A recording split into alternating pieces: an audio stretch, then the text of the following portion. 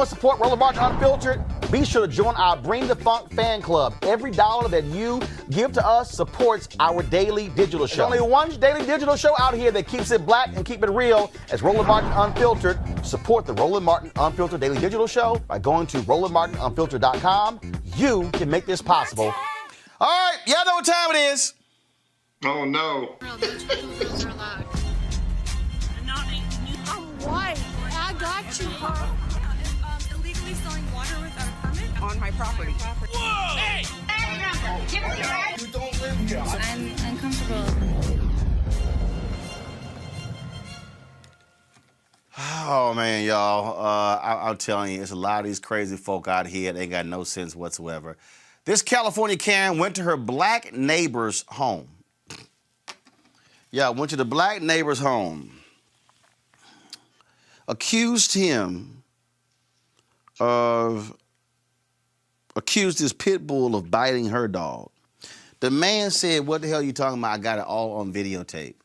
Then she told him, what kind of how y'all acting? How y'all acting? Y'all, roll this video. We're raised around black people. And all moms were very nice. I got everything on camera. So you can leave, please. You can get off my property. My dog has never messed with your dog. You were doing anything with me again, I'll call the police. Call the police. Everything's on camera. I'll be happy to show him. I don't want to see that dog outside. Well, he's going to be outside because I have a right to have him just like every other person in here. He ain't done nothing to you. He ain't done nothing to your dog. Why are you so nasty? I'm nasty by explaining to you that my dog hasn't done anything wrong. You came over here to my house on my property. But the dog came to my property. Look, I've been nice to you. I've helped you and your family. I've always talked to you. You've never helped me and my family. You've never done a goddamn thing. You coming over here? All you've done is been negative. No, I haven't. I'm going to ask you to please leave my property. I don't know if you're just having a bad day or whatever, but today ain't. I'm not having a bad day, but you know what?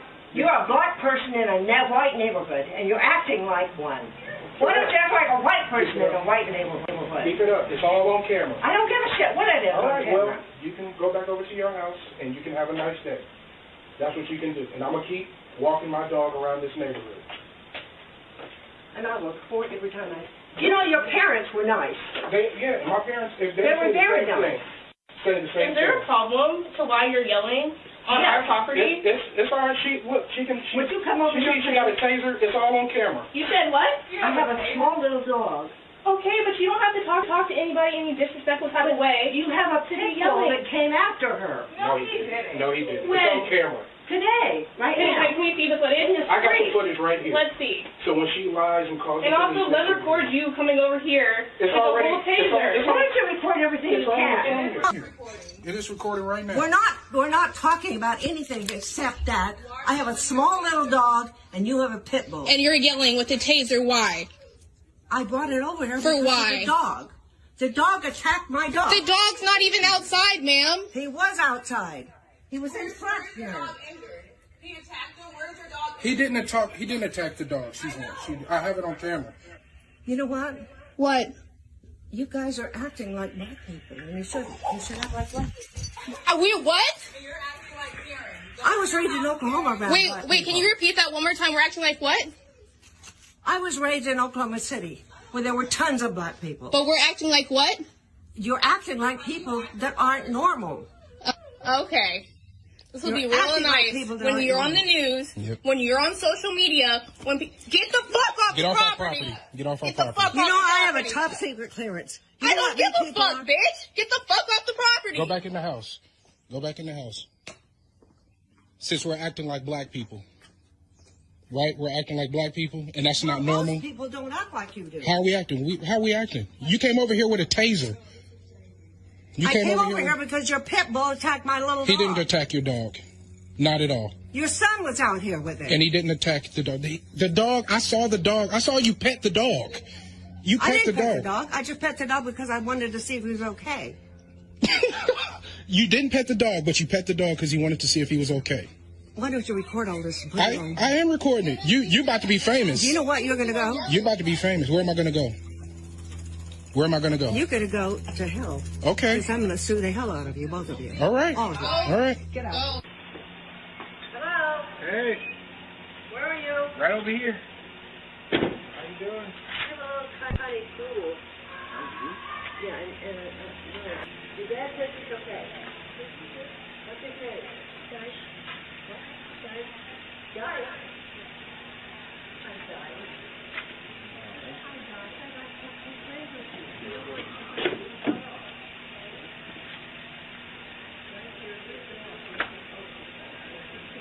You must be young.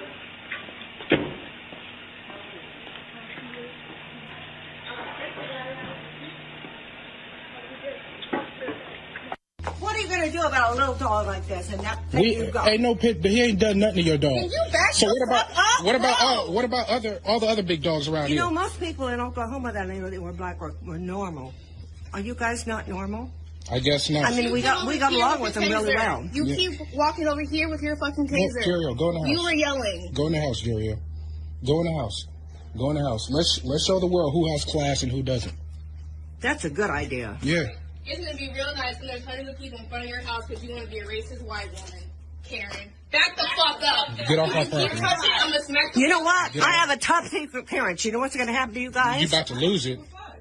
Oh, no, I'm not. Yes, you are. Especially after this. Oh, yeah, it's a lot that you're doing. Yeah, you about to lose a lot. Are you white? You wish I was, huh?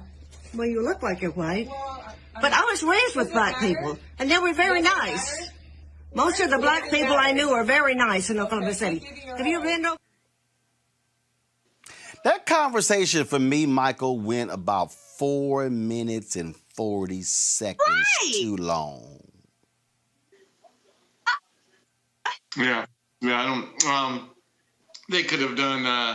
Yeah, I mean, I don't know why they just didn't call the popo on her. It's just a shame the gall that folks have gotten and had over the last 420 some odd years, but the fact that they still have it in 2020 because of this culted personality that's been at 1600 Pennsylvania Avenue. She thinks she can do what she wants, call people what she wants to call them. And yeah, you're right. I wish they had just called the police on her and let them let them sort it out, because that was too long of a conversation, and it's just unfortunate. If you walk your ass up on my property, Kelly, I'm telling you right now, it's gonna be a problem. Yeah. And then your ass ain't got no mask on. I'm trying to tell you. Like, that was one of the first things that I noticed. I'm like, you don't have a mask. You're not socially distant. You 3 ways to Sundays types of wrong.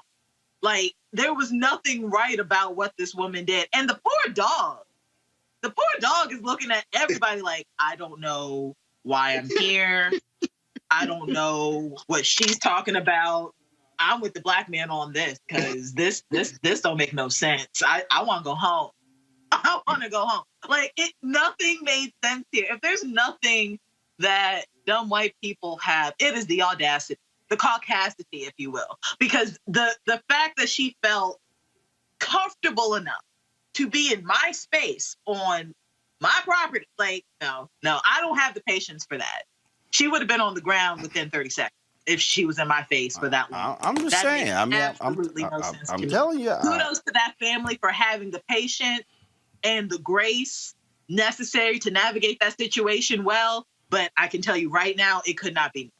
And Michael, the husband, really knew that the wife was about to go #team, get that ass on her. He was like, go on in the house, because he heard the intensity of her voice. She's like, she about to whoop your ass. So let me just go ahead, go on the house. That he was trying to say to white woman. Like, I'm trying to save your life.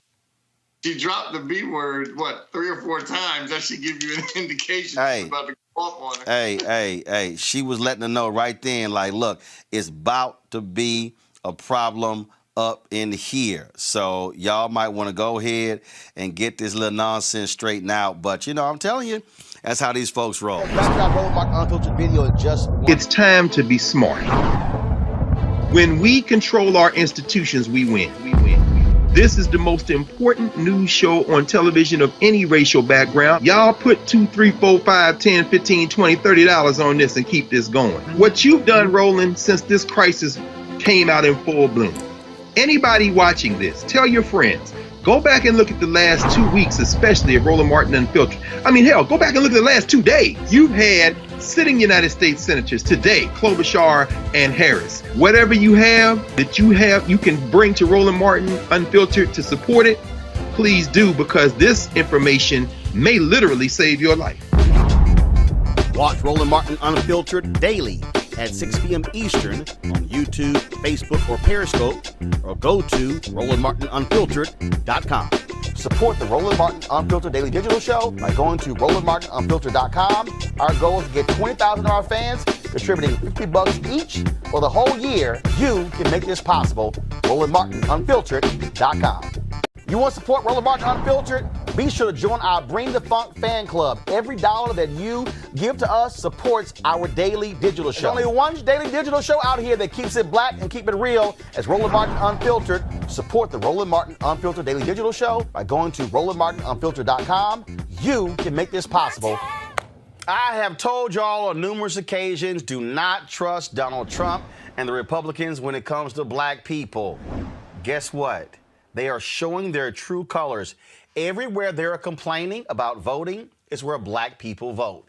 They've complained about Philadelphia. They complained about Atlanta. They've complained about Milwaukee in Wisconsin. They've been complaining about Detroit in Michigan. And what happened last night as we were signing off the show, 2 Republican members of the Wayne County Board of Canvassers, it's a 4-member board, deadlocked, saying they were not going to certify the results. In fact, the Republican on the board even said, oh, we'll certify them except for Detroit. Sounds to me like they were talking about black people. Now, when the vote was taken, the deadlock vote 2-2, oh, Republicans were rejoicing. This was Sean Hannity on Fox News last night. Sean, I've just got to get to you with Michigan, which you mentioned there as you came to me. I held up these papers, these affidavits, 234 pages of sworn affidavits under penalty of perjury. These by are the way, from Calif, one county. What did CNN say about when you held them up on this program? Didn't they accuse you of holding up blank sheets? That's right. They did about a 10-minute monologue saying these were blank. They're not blank. In fact, these pages of paper from one county were the reason that you had a county-level Wayne County canvasser say we cannot certify this election because of these witnesses. They're real people. And one reporter tweeted out, this is the first time in my 20-year history I've ever seen something like this, a county commission refuse to certify. It's because for the first time, you have a president fighting for the forgotten men and women in Detroit and Philadelphia and Democrat cities across the nation. Well, guess what? After a huge outcry, I'm talking about massive, Wayne County came back and re-voted. Unanimous decision to certify the results. All counties in Michigan have now done so. They stipulated, though, that they wanted the Secretary of State to actually do an audit to talk about these discrepancies in voting. Yeah, that was fine, but guess what, y'all? Last night, there was a public hearing, and folks got to speak on this issue. And man, Ned Stabler went after. He's the first of all, the president and CEO of TechTown and vice president for economic development at Wayne State University. He went off on the 2 Republicans, name checking them. All I'm saying is, my man Ned, drop the mic. Play it. We also know that the Secretary of State and the Attorney General have already tweeted out that your legal arguments are rubbish and you're going to lose when it comes to court. So we're not worried about that at all. I'm also not worried about any of your, things are bad so we can't certify arguments, because that's just ridiculous. You certified in August when they were worse. Less than 50% of the ballots are recountable. Now over 72% are. 58% of them were even balanced when it was less than 30% last time. So it's doubled. It's gotten way better because the Secretary of State actually jumped in and did her job, unlike you. But I know it's not going to change your opinion. You talked about not certifying Detroit, even though you acknowledged that Livonia, a city, by the way, I know you know is 95% white, had bigger variances than Detroit, which is 80% black. We understand, and you've now added your name. So I'm not going to try to change your mind. I just want to let you know that the Trump stink, the stain of racism that you, William Hartman, and Monica Palmer have just covered yourself in is going to follow you throughout history. Your grandchildren are going to think of you like Bull Connor or George Wallace. Monica Palmer and William Hartman will forever be known in southeastern Michigan as two racists who did something so unprecedented that they disenfranchised hundreds of thousands of black voters in the city of Detroit because they were ordered to. Probably, I know, Monica, you think Q told you to do it or some other crazy stuff like that. But just know when you try to sleep tonight, that millions of people around the world now on Twitter know the name Monica Palmer and William Hartman as two people completely racist and without an understanding of what integrity means or a shred of human decency. The law isn't on your side, history won't be on your side, your conscience will not be on your side, and Lord knows, when you go to meet your maker, your soul is going to be very, very warm. Ooh. Y'all, Ned, you can come to the cookout. Folks, back to our Roland Martin Unfiltered video in just one.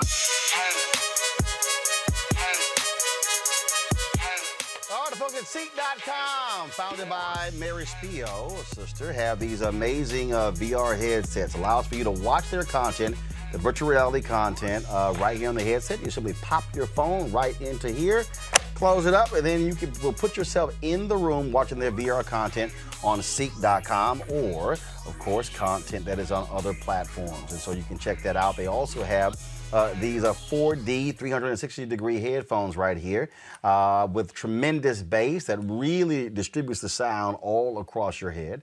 It's great. You can attach a headset to it, so you can actually use it for gaming and playing with free hands. There's Bluetooth as well. So all of these, get one of these items, or you can subscribe to the content at Ceek.com by going to Ceek.com using this promo code. It's RMVIP2020, RMVIP2020. These, of course, could be some great headphones coming up for birthdays, Christmas, you name it. And so if you want to do that, just go use the promo code right here, RMVIP2020, RMVIP2020, by going to Ceek.com, and we certainly appreciate them being a partner here with Roland Martin Unfiltered. You want to support Roland Martin Unfiltered? Be sure to join our Bring the Funk fan club. Every dollar that you give to us supports our daily digital show. There's only one daily digital show out here that keeps it black and keep it real. As Roland Martin Unfiltered. Support the Roland Martin Unfiltered daily digital show by going to RolandMartinUnfiltered.com. You can make this possible. I want to talk about this here, and that is, for us as African Americans, when do we actually take a righteous stand against absolute craziness?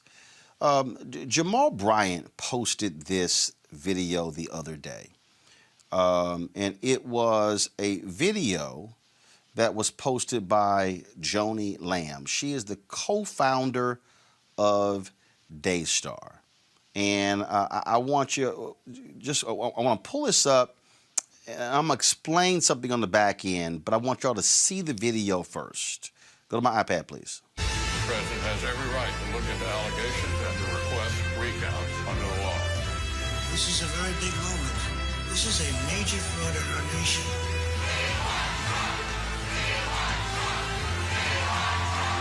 We want an honest election. We want an honest count. We can't allow anybody to silence our voters. We can't let that happen to our country. That was a Stop the Steal rally that Joni Lamb, co-founder of Daystar, posted on her page 4 days ago. Now, what's interesting is that I was one of the folks who went to Joni Lamb's Instagram page to share my disgust with that ad. And the reason I was checking out to go to Jamal's page because a poor little Joni blocked me on Instagram because I posted some comments along with a bunch of others. They wiped the comments. I went back and posted some more comments, but they went ahead. So let me say this right here. Here is the co-founder of a Christian television network that airs a significant number of sermons from black preachers. And she puts on here this, and she had lots of pray for Trump posts on her page and all this sort of nonsense. And the thing is, Daystar wants to rely on black preachers using the tithes and offerings of black people to pay for their television ministry. And then she puts this nonsense up, a Stop the Steal rally in a state Trump beat Biden by 800,000 votes. So what the hell is Joni Lamb and Daystar saying was stolen? I'm confused. See, this is the nonsense that you see from these white conservative evangelicals. And see, again, Daystar ain't got no problem with black dollars. They've got no problem with black viewers. But her supporting this nonsense that the election is stolen, I'm telling you right now, if you are the member of a church, if you are the member of a pastor who is broadcasting on Daystar, you should tell your pastor, pull your program off Daystar. You should say that your tithes and offerings will not go to people who are so petulant and childish in supporting and backing a tyrant that they would openly lie and support such nonsense. I don't care who it is. Daystar should get no black money whatsoever, Michael Brown. None. Penalize Joni Lamb, Marcus Lamb, pull the programming off and say, we're not going to appear on your network. Yeah, absolutely. And, Roger Stone actually started this whole Stop the Steal campaign 4 years ago because he thought that Secretary Clinton was going to win the election. So this was really started 4 years ago, and clearly it's working out perfectly from his standpoint and 45 standpoint for this campaign. But, again, same thing. Black churches have a whole different standard that they have to adhere to relative to any kind of political activity. But when it's a white church, especially these right-wing evangelicals, they have to say, we can get involved in as much politics as we want. No one's going to put a target on our heads. No one's going to take away our 501c3 status. But boy, if you're a black church, you even think about mentioning something political in your church, somebody's going to say, put up the red flag. Wait a minute, they need to have their 501c3 status revoked. So the standards are different. These people think they can do whatever they want. Again, hopefully we'll see an active Justice Department. No one's suggesting that anyone should go to jail or be convicted of a crime yet, but send them a letter. Send an agent down to talk to them and say, look, you're skirting the laws. You're right on the line. Maybe you should take a step back.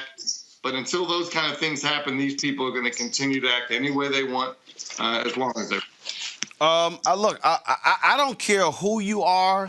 I dare say, Kelly, don't run your conferences on Daystar. Don't have your sermons on Daystar.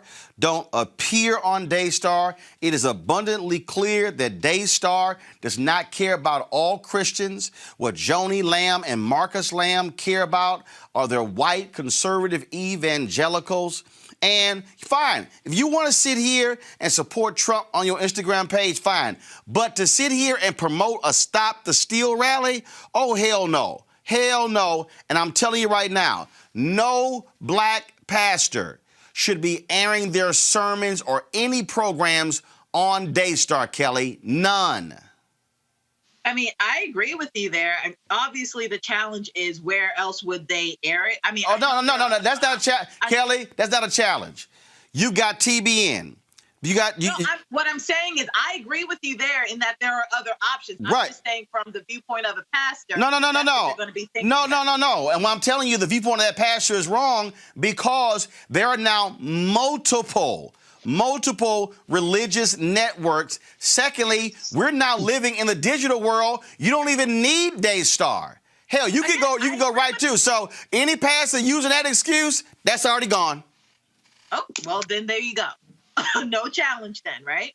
But again, when you said that they don't care about certain Christians, I would argue to say that they don't care about Christians at all. I would argue that they are not really following the teachings of Christ himself, because Christ would not be supporting a tyrant. Christ would not be supporting people who literally hate others and make it their duty to hate others and make sure that we know that they hate us. Christ was a marginalized person of color who was a target of the government at large. He would not be in support of this president. He would not be in support of anybody who would support this president. So for you to say that you're Christian, for you to say that you follow the teachings of Christ and that you love your neighbor as yourself, and yet you still ascribe to this cult-like doctrine that is Trump and white evangelicalism and Eurocentric Christianity as a whole, I've been saying this a lot on the show, but the cognitive dissonance is right there. Like, you can't serve two masters, right? I mean, because that is a master in and of itself. And you cannot serve that kind of government. You cannot serve that kind of ideology and still consider yourself Christian. Not anymore, anyway. Like, you shouldn't have in the first place. But you definitely can't do it now in 2020. The thing here, Joseph, is that, again, the way Daystar makes their money is pastors pay for the programming on Daystar. And so they are paying to have their sermons or their programs run on Daystar. And it's like, fine, Joni Lamb, if that's how y'all want to roll, no problem, go right ahead. You're not getting our money. And I'm telling you, every single black preacher who is on Daystar should pull their programming immediately and say, you are not going to get any of our money. No way. Well, and if there are pastors who are about history, you know, the three words that come to mind for me are Montgomery bus boycott. You know, you aren't treated fairly. You're being exposed to racist behavior and racist dialogues. No, I mean, pull that. Yeah, I mean, there are plenty of other ways to make your money, plenty of other ways to get your message out. If it's more about the message than the money. And why should you support someone who has these sorts of ideas and attitudes? So the answer is clear. The question is, do the pastors have enough fortitude and enough sense of history to take collective action here? And only time will tell. Well, look, only time will tell, but the bottom line is here. This is the moment how we use our economic power. There are other options. They're not the only option. And so, fine, Joni, that's how you want to roll? Cool. Black dollars don't have to be spent on Daystar paying for your hair and everything else like that. So here's the deal. Here's what I want my audience to do. I want y'all, if y'all look at Daystar, I want y'all, so people can watch at different times. I want y'all to look at Daystar or pull up their programming guide. In fact, I'm going to sit here. Matter of fact, let's see what I got over here. I got my Roku. Let's see right now. Because, see, I was looking for the guide on their website. Yeah, y'all know I don't play this. I was looking for the guide on their website and did not see the guide. So I want to know, so y'all tell me, if y'all look at Daystar, I want y'all to tell me who is on, what black pastors are on Daystar, and then what we will do is we will call them personally. We will call them directly. And so easiest thing for y'all to do is just shoot an email real simple, and just send us an email, info@rolandsmartin.com. Send us an email, and yeah, we want to see exactly who they have on their network to let them know and whether or not they endorse that particular nonsense. And it's cool. Here's the deal, Daystar. Y'all can do whatever you want to. You ain't getting black dollars. Not gonna happen. It's time to be smart. When we control our institutions, we win. This is the most important news show on television of any racial background. Y'all put $2, $3, $4, $5, $10, $15, $20, $30 on this and keep this going. What you've done, Roland, since this crisis came out in full bloom. Anybody watching this, tell your friends. Go back and look at the last 2 weeks, especially of Roland Martin Unfiltered. I mean, hell, go back and look at the last 2 days. You've had sitting United States senators today, Klobuchar and Harris. Whatever you have you can bring to Roland Martin Unfiltered to support it, please do, because this information may literally save your life. Watch Roland Martin Unfiltered daily at 6 p.m. Eastern on YouTube, Facebook, or Periscope, or go to RolandMartinUnfiltered.com. Support the Roland Martin Unfiltered Daily Digital Show by going to RolandMartinUnfiltered.com. Our goal is to get 20,000 of our fans contributing $50 each for the whole year. You can make this possible. RolandMartinUnfiltered.com. You want to support Roland Martin Unfiltered? Be sure to join our Bring the Funk fan club. Every dollar that you give to us supports our daily digital show. There's only one daily digital show out here that keeps it black and keep it real as Roland Martin Unfiltered. Support the Roland Martin Unfiltered Daily Digital Show by going to RolandMartinUnfiltered.com. You can make this possible. The Brevard County Sheriff's Office has released dash cam video of last week's fatal shooting in Florida that left 2 black teenagers dead. Here's a video. We showed this yesterday. We want to show it to you again. Check this out. Stop the vehicle! Stop the vehicle! Stop the vehicle! Stop! 1033. Stop the vehicle, goddammit! Stop! Stop! Now, the teens identified as 16-year-old A.J. Crooms and 18-year-old Sincere Pierce were fatally shot by deputies who were conducting a stolen car investigation. A mother of one of the victims said her son got in the car with friends around 10 a.m. Friday, November 13th. He and his friends then started driving away when all of a sudden deputies pulled up behind them and told them to get out of the car. That's when she pleaded with the officers and begged them to not shoot her son. Officers ignored her pleas and then opened fire, killing the 2 teens. Both officers involved have been placed on administrative leave. The Florida Department of Law Enforcement is investigating the case, and attorney Benjamin Crump will be representing both families. Joining us now to discuss this further is attorney and human rights activist Natalie Jackson. Natalie, first and foremost, was the car actually stolen? No, the car was not stolen. We actually have interviews from the young lady whose car it was. Her A.J. Crooms was her boyfriend, and he was driving her car. And I think that's really, that starts where we need transparency in this case. The Sheriff's Department issued a statement after this happened on Friday.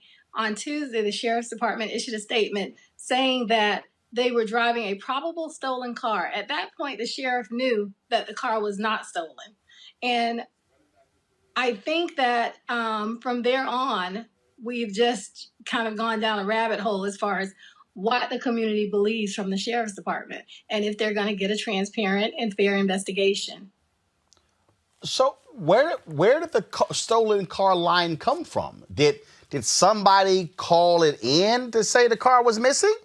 No, this car was never called in and reported missing. Apparently, and I don't even know if this is true, and that's the problem when you have a sheriff who issues a statement with a known falsity in it. You have to question everything else that he says. But apparently, they were doing an investigation of a stolen car, and they thought this was the car.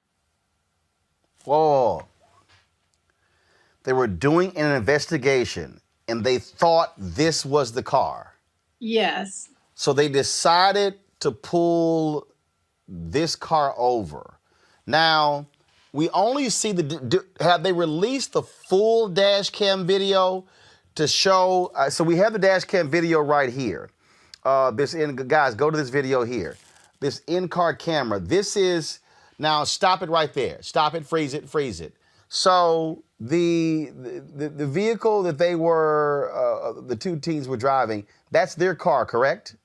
That is AJ Crooms, who was the driver. That is his girlfriend's car. And he's driving his girlfriend's car. She's not in the car, right? No, she's not in his car, but he's driving with her permission. Right. And so, and whose driveway is he pulling into? That's in a neighborhood. So what we do have is ring cam video from the neighbors, and surveillance videos from the houses of the neighbors. So Sincere Pierce, one of the teenagers who was killed, we have ring cam video from his house. He was picked up at his house, and 4 minutes later he was dead. So his mother saw the whole thing. So AJ was driving. He picks up Sincere. They're going down the streets. Cops pull up behind them, and then they pull them over not far from Sincere Pierce's home. Exactly. Okay, roll the video, guys. So if you roll the video here, you see an officer getting out of the car. The car is backing up. Guns are drawn. So now here's what, guys, do me this favor. Do me this favor here. Can you roll the video back? Because here's what I'm trying to understand, Natalie. I didn't see police lights on. Right. So if I'm driving the car, I mean, I know it's two cops behind me, and if I don't see police lights on, guys, yeah, go. I want y'all to start and go back. I'm just trying to understand if I don't know the cops are behind. So when they pull into the driveway and back up, I don't know, who they're pulling over. Well, even more so, Roland, is that this was not a high-speed chase. This was not the teens didn't commit any traffic violations. So when you're ordered to get out of your car at gunpoint, what do you think? So here's my point. So right here. Okay, freeze it right there. We just showed the video. Nowhere in this video were the lights flashing. Exactly. So the car pulls over, the car turns left. There's no, I would assume, I don't think there's any audio on here. It's not like they're on their speaker saying, police pull over. So the car pulls over, now roll the tape. They don't know, but I back up. All of a sudden, I'm backing up. Boom, she's got gun drawn. Exactly. And what we know is that from seeing cases like Philando Castile, where he stopped and complied and still got shot. We've seen people who leave, they still get shot. So what is a young teenager supposed to do when they're faced at gunpoint with police officers yelling at them? What do they do? I think that what's really important here is the law. So let's talk about the law in this case. The law says that a police officer can fire into a vehicle if he's in fear that the vehicle will cause deadly harm to him or serious bodily harm. However, the law says if he can get out of the way, he should. So what we see in this video is that the police was never in harm's way. In fact, he shot Sincere, who was in the back seat, in the back of the neck and the chest. So, and we see all the gunshots on the front and the back and the side of the car. This officer, the car passed right by him. He was never in harm's way. Right, and in fact, I'm trying to understand here. Guys, go to the video right here. They had backed out of the driveway. They're in the street right here. And then if y'all roll the video, if you actually take the video back, roll the video right there. So they pull over. The police officers are blocking the street. Exactly. So when he backs up, he's really driving to the next driveway. There's no place to go. Exactly. And again, I go back to this point here. So the cop right there on the left-hand side. You see the cop freeze it right there. The cop in the right-hand side car, I think it's a woman. It is a woman. It's a woman. She retreats behind her car.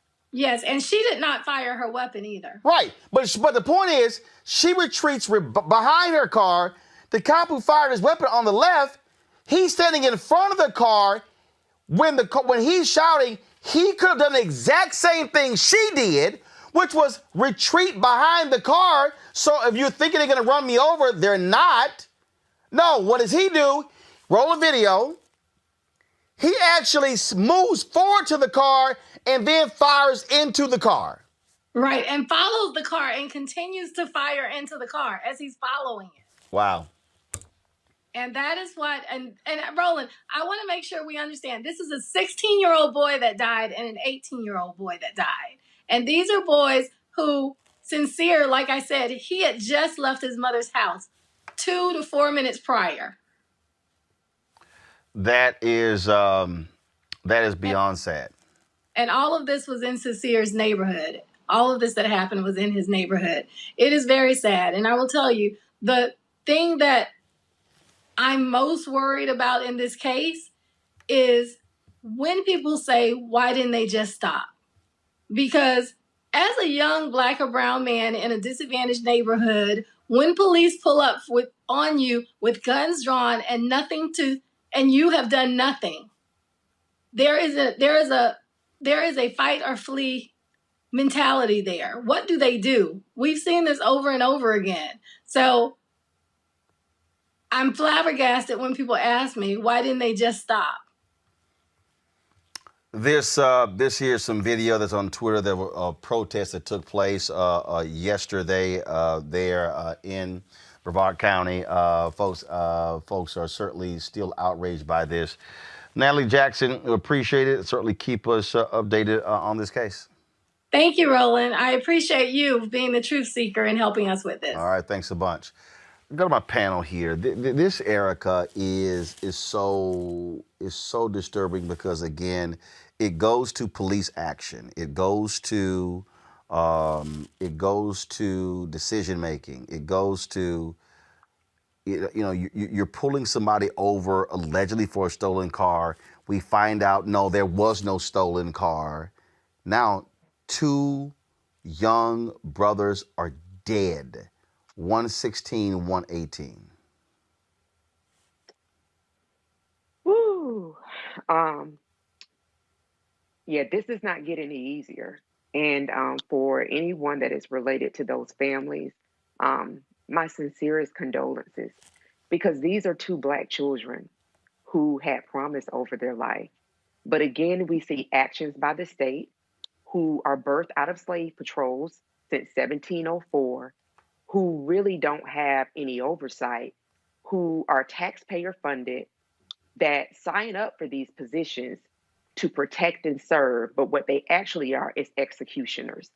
And honestly, I don't give a damn what defund the police or abolish sounds like. It's time to do that. Because if anybody believes that reform is possible with people that use Black faces as trigger practice and then go out and actually execute Black and brown bodies on a daily basis, we make up 13% of the national population. I'm going to quote Project Pat from Cheese and Dope, just one little sentence.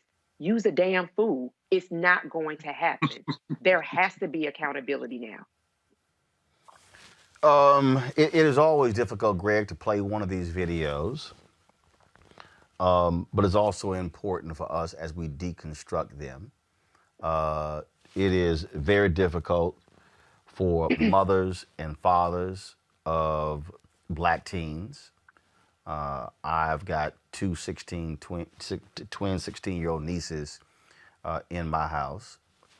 Do not have nephews who are in my house. But I can tell you right now, it would be scary as hell. It would be scary as hell to every moment one of my Black nephews would leave the house. I mean, Natalie the boy left the house and was dead 4 minutes later. Roland,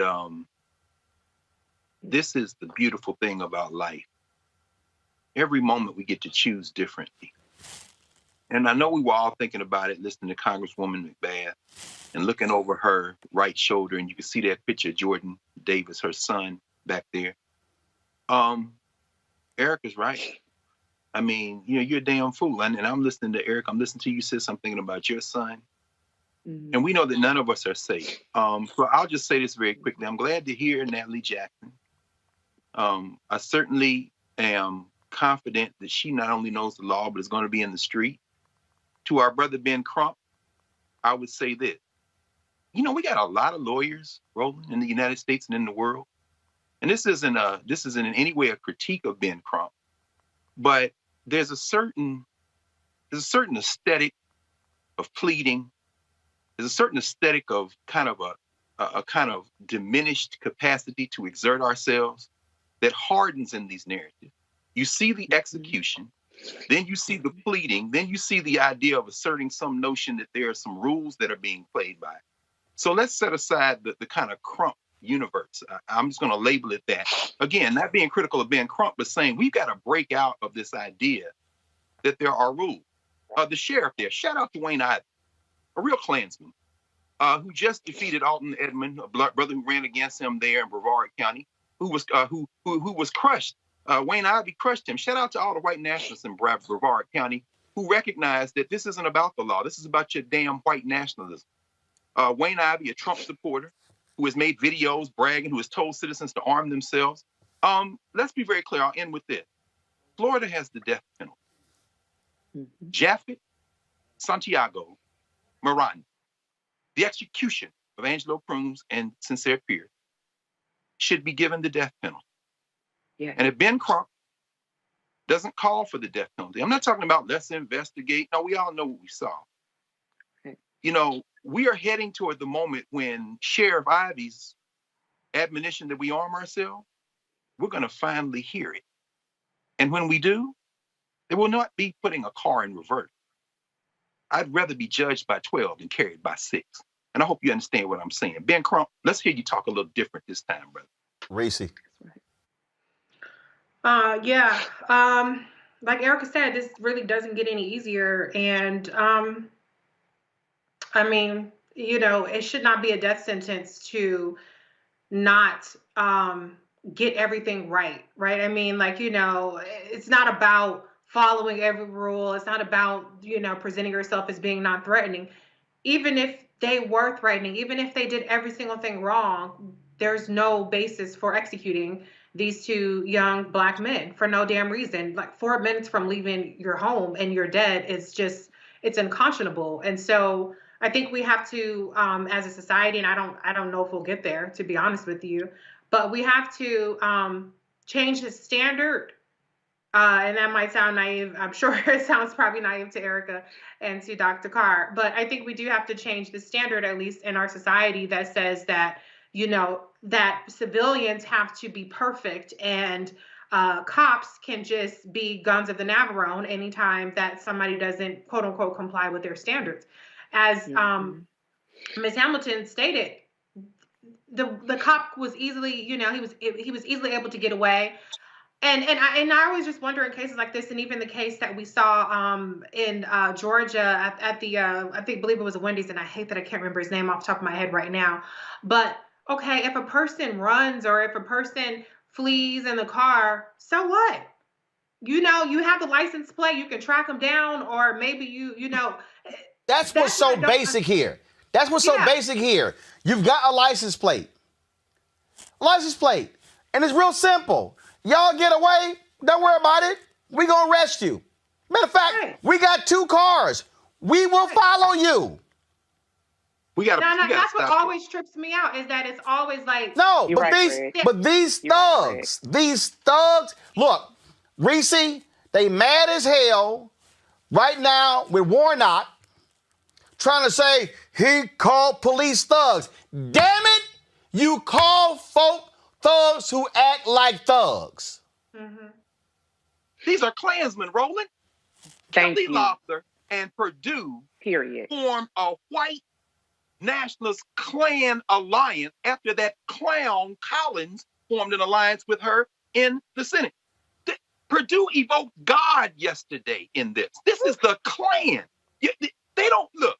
They're not going to look for a way not to execute. That boy, that man who should be under the threat of a death penalty, Santiago Miranda, got out of that car with his gun. He was going to kill them when he came out the car.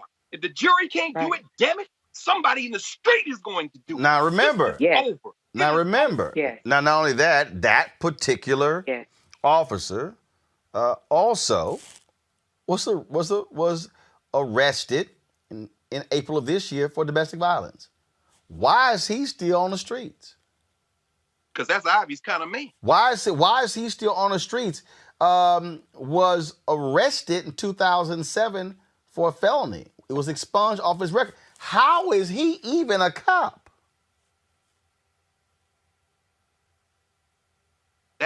What Ivy, the sheriff of that county, has gotten praise for leading domestic violence initiative. He was found. Go to my iPad. He was found. This name is Jafet Santiago Miranda. He was found guilty. Records from the Osceola Clerk of Court show that in 2008, he was found guilty of burglary to a dwelling unarmed, as well as aggravated assault with a firearm. Then, according to, it says, it is not clear how Deputy Miranda was able to be hired as a Brevard County Sheriff's Deputy with those charges, but the name and date of birth are a match. Also, again, it's not clear if this was from the, it's not clear if he was disciplined for the domestic violence charges. In January 2019, he was recognized as Deputy of the Month. He is currently on paid administrative leave while the shooting is investigated. But, to Greg's point, Sheriff Ivy has come out in his defense. Those cops are commonplace. There are some good police officers, but damn it, when you hiding behind that badge, anybody puts that uniform on, puts that badge on, and stands up and back this boy right here, you're on the other team. We need to stop pretending. See, they're not shooting at people. They are shooting at animals. We are not human. They are trained. This is the point. And so this is going to stop when they realize that we respect our lives enough to take theirs if they threaten ours. I just hate to put it that way, but this isn't going to stop humanity. I don't want to hear no more press conferences in front of the sheriff's office talking about we want justice. And forget Black Lives Matter. You know when people understand Black Lives Matter? When they understand that you'll take their life. This is what happens, though, Erica, when folks say that's vigilante. What happens when the response is an eye for an eye, a tooth for a tooth doesn't work? I mean, what we are dealing with, and again, you're going to hear, a few bad apples. But the problem is you got a guy with a felony arrest in 2008. His wife is a cop, was arrested for beating her in April of this year, and the sheriff is still defending him? Of course. Roland,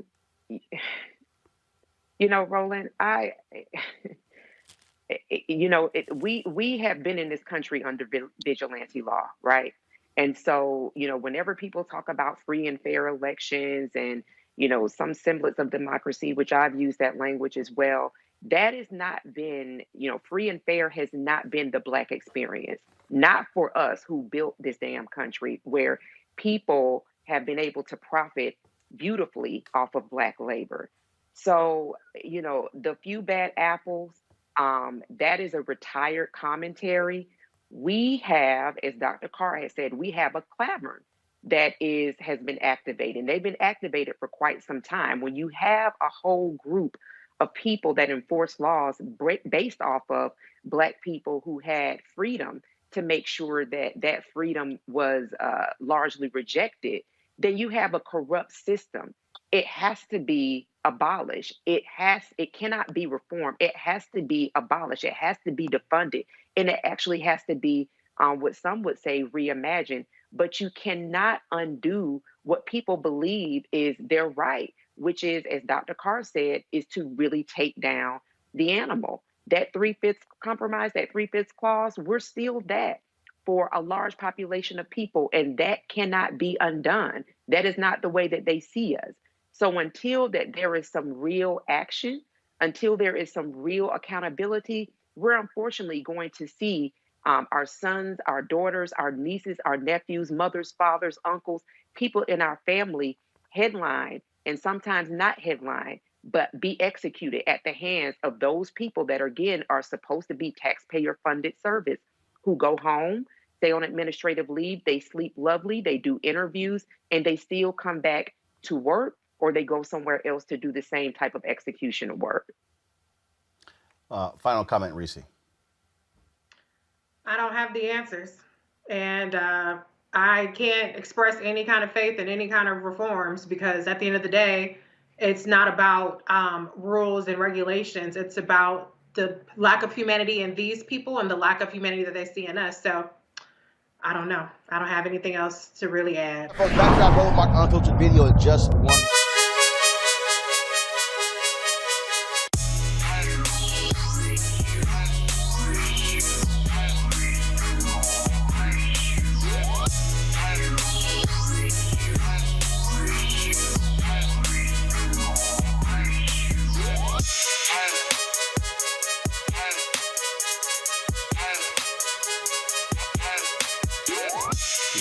Hey, folks at Ceek.com, they're supporters of our show, and they have two fantastic products, this virtual reality headset right here, and the 360-degree 4D headphones. With the virtual reality headset, if you want to watch the VR content on Ceek.com or other 360-degree video, all you gotta do is just get one of these headsets, pop your phone right in, and you can actually be right in the room where the content was shot. It's really compelling. It's really compelling content there. One of the things that I also love about it is, Ken, watching this video, people who've been hang gliding on roller coasters and things along those lines, and you literally feel like you're right there with them. They also have, of course, the headset, which you can use for gaming, for music, for videos, you name it. It's Bluetooth. Amazing sound, tremendous bass, and literally the sound goes all across your head. Mary Spio, a sister, she is the founder of this company. She actually also designed and created these products right here. If you want to get one or both, or even subscribe to Ceek.com and their VR content, simply use this promo code RMVIP2020, RMVIP2020, and you can do so. And so we certainly, again, appreciate them being partners with us here at Roland Martin Unfiltered. You want to support Roland Martin Unfiltered? Be sure to join our Bring the Funk fan club. Every dollar that you give to us supports our daily digital show. There's only one daily digital show out here that keeps it black and keep it real. As Roland Martin Unfiltered. Support the Roland Martin Unfiltered daily digital show by going to RolandMartinUnfiltered.com. You can make this possible. All right, folks, if you want to see a fool talk, all you got to do is look at the news conference that Donald Trump gave today, folks, where he came out for the cameras talking about, of course, Operation Warp Speed and coronavirus. I mean, sounding like a complete fool. I mean, first of all, again, he's been, for somebody who constantly complained about Joe Biden during the election hiding in a basement, well, Trump has been hiding in his own basement, so shell-shocked about him getting his butt beat by Joe Biden. He's been so afraid to talk to the public. Here we are going through a significant coronavirus crisis. And finally, he decides to come out today for share a few words. Y'all ready for the stupidity? Here we go. It's beautiful out here this time of year.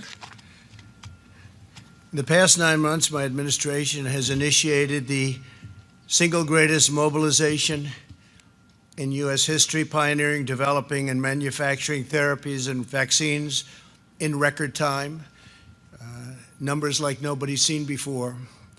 No medical breakthrough of this scope and magnitude has ever been achieved this rapidly, this quickly, and we're very proud of it, and I had tremendous help from the military, generals, admirals, and many of the great people at the White House. Operation Warp Speed is unequaled and unrivaled anywhere in the world, and leaders of other countries have called me to congratulate us on what we've been able to do, and we've helped many countries with their ventilators and all of the problems they were having, and I'd like to congratulate everyone involved in this effort. It's been an incredible effort. As a result of Operation Warp Speed, Pfizer announced on Monday that its China virus vaccine is more than 90% effective. This far exceeds any and all expectations. Nobody thought they'd get to that level. And we have others coming which we think will be at equal level, maybe more if that's possible. In July, my administration reached an agreement with Pfizer to provide $1.95 billion to support the mass manufacturing and distribution of 100 million doses, with the option to purchase a total of 600 million doses shortly thereafter. Our investment will make it possible for the vaccine to be provided by Pfizer free of charge. Pfizer said it wasn't part of Warp Speed, but that turned out to be an unfortunate misrepresentation. They are part. That's why we gave them the $1.95 billion, and it was an unfortunate mistake that they made when they said that. We will work to secure an emergency use authorization, which should be coming down extremely soon, and my administration will then coordinate the distribution of the vaccine, and it will be approved. I think, again, it will be approved very, very quickly, we hope. The average development timeline for the vaccine, including clinical tests and manufacturing, can take 8 to 12 years. Through Operation Warp Speed, we're doing it in less y'all, than 1 year. That was all that drivel. That's all that drivel. Now, here was so hilarious. Brian Karem, of course, who is the White House correspondent for Playboy. Donald Trump made this statement, took no questions, but listen to the question Brian posed. Mr. President, you lost the election. When will you admit that you lost the election? When will you admit you lost the election, sir? Mr. President, you lost the election. When will you admit that you lost the election? When will you admit you lost the election, sir? See, that's when you know you are such a spoiled brat. When you can't even accept reality. You come before the cameras today, November 13th. The election is over. Election is over. And I don't know nothing. We're bringing my panel, Gary Chambers Jr., publisher, The Rouge Collection, Michael Imhotep, host, the African History Network show, Misha Cross, political analyst, and Democratic strategist. Gary, talk about hilarious. A 74-year-old grown-ass baby. That's who he is. I mean, scared to take questions. Okay, Mr. Normally, running his mouth, talking smack, talking about Sleepy Joe, living in his basement. Looks like that was a smart strategy because he beat your ass. Facts. You know, I think that this is a window into the instability of Trump, right? That this guy cannot face reality. He's been in an alternative universe the entire time that he's been president. He is such a disgrace to this country. And I think it's really time for Republicans to have some sort of backlash for their refusal to admit that this guy is a disgrace, for them to distance themselves from him. And I'm just wondering, how long will the American people allow this to go on, right?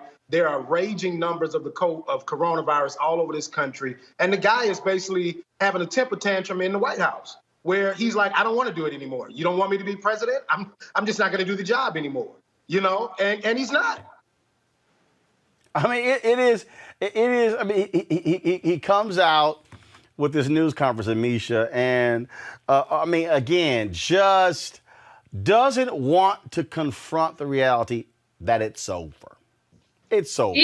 And he has no dignity. He has, just no class whatsoever. I mean, other presidents have lost. President George H.W. Bush was the last president to lose re-election. Gracious in defeat. Not this sucker.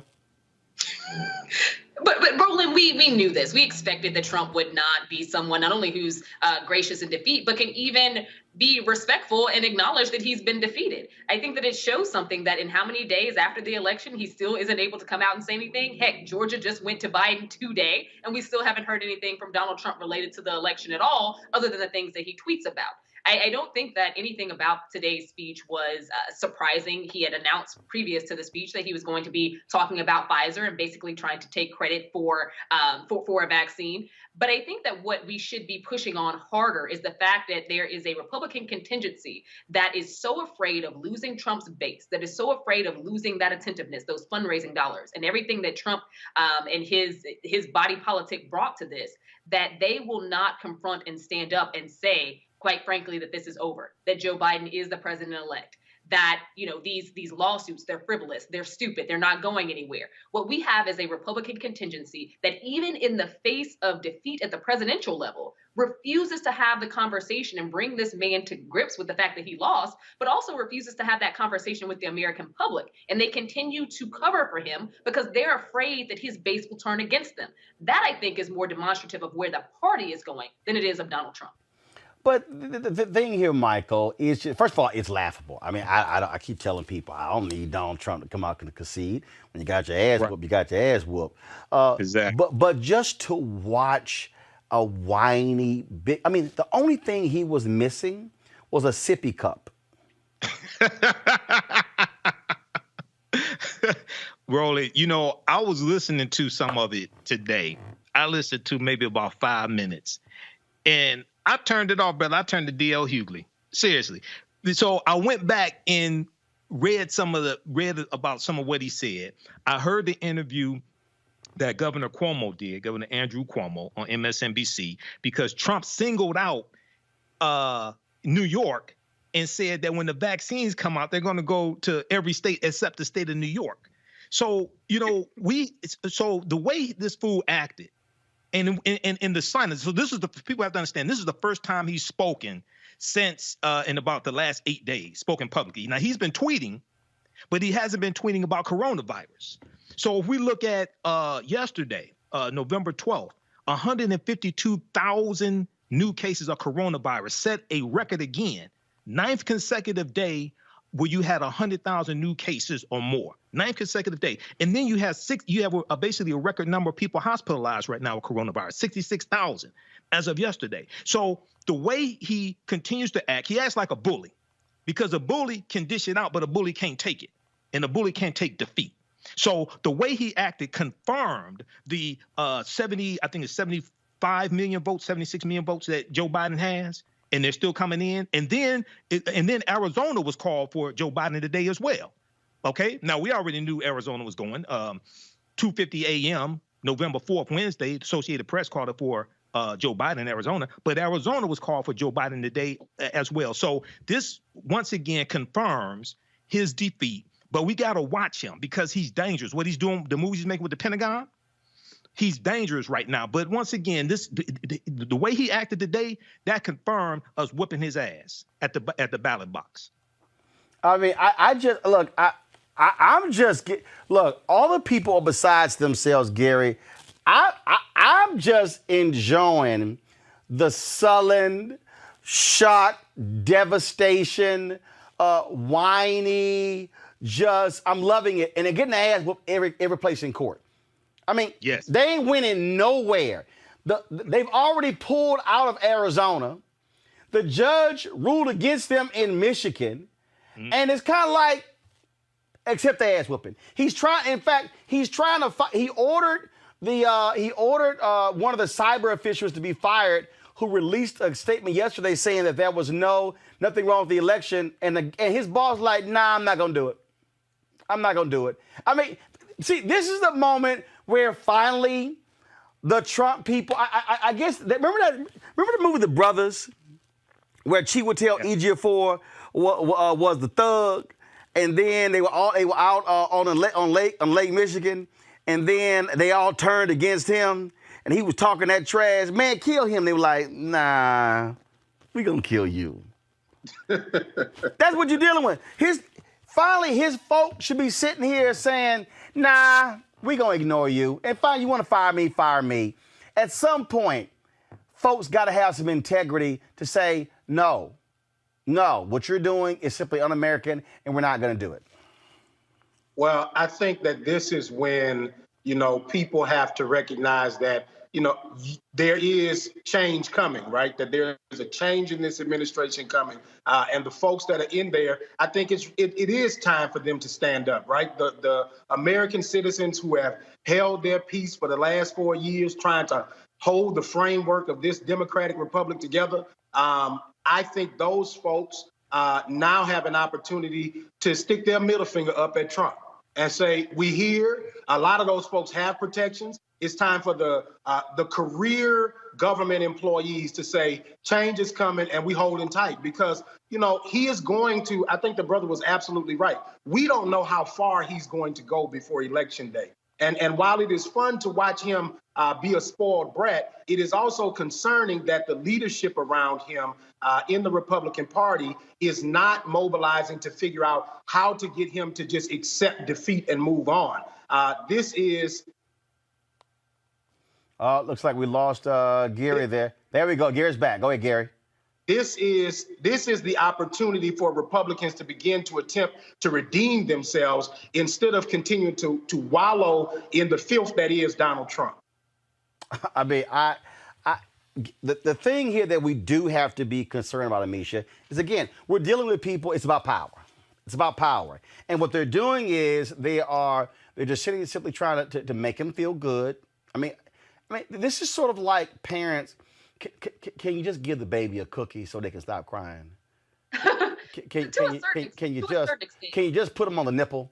I mean, so they can stop crying. I mean, that's what you're dealing with Donald Trump. You're dealing with, I'm telling you, I mean, dealing with him is like me sitting here looking at my brothers and sisters having kids going, man, what y'all gonna do to quiet that baby? To a certain extent, but this is actually populism 101. What we see in this Trump administration is basically dictatorial regime, and dictators don't give up power easily. And because he has this vetted base, and a base that's actually larger this go round in 2020 than it even was in 2016, he's emboldened. He's emboldened because the media let him get away with everything and run wild. He's emboldened because he was able to weaponize social media, not only in terms of spreading and massively spreading his lies, but also in terms of creating a stronger base. And I think that what we've seen now is someone who is going to ride off into the sunset with these individuals, and the RNC and the Republican Party that supports it. And they support it because they don't want to lose this newfound resonance they have with a crowd of people that didn't do anything with the Republican Party before. We have to remember that these are people who are largely, they know that Trump's already lost this race. I don't think anybody is confused about that. But when it comes to the fundraising apparatus and the fact that the majority of the funds that he is raising is going directly to the RNC, is going directly into these fights for the runoffs, is going directly to the Republican base, that is what they're looking forward to. So he may be crazy, but he's crazy as a fox. The man is sly. He's not as off the wall, baby Penny-anic as people think that he is. Yes, he is self-absorbed, and that's a problem in and of itself. But when you give a dictator room to grow, they will continue to grow. I'm more interested in what happens with the party after this, but also what Trump funnels his energies and these people into. Because I don't think this is the last we're going to hear of this type of regime, because the Republicans can't just turn that switch. Without Trump, they still have to give some type of red meat to this base, and they're not willing to let that base go. Well, but what's happening? We're going to have to pay close attention to it. Yeah, but Michael, what we're already hearing these folks say is that before he's got to get out of the White House, he's going to announce that he's going to run in 2024. And again, I'm going, yeah, but you better hope Tish James don't indict your behind. Exactly. This is, and you know what, Michael? Here's the other deal.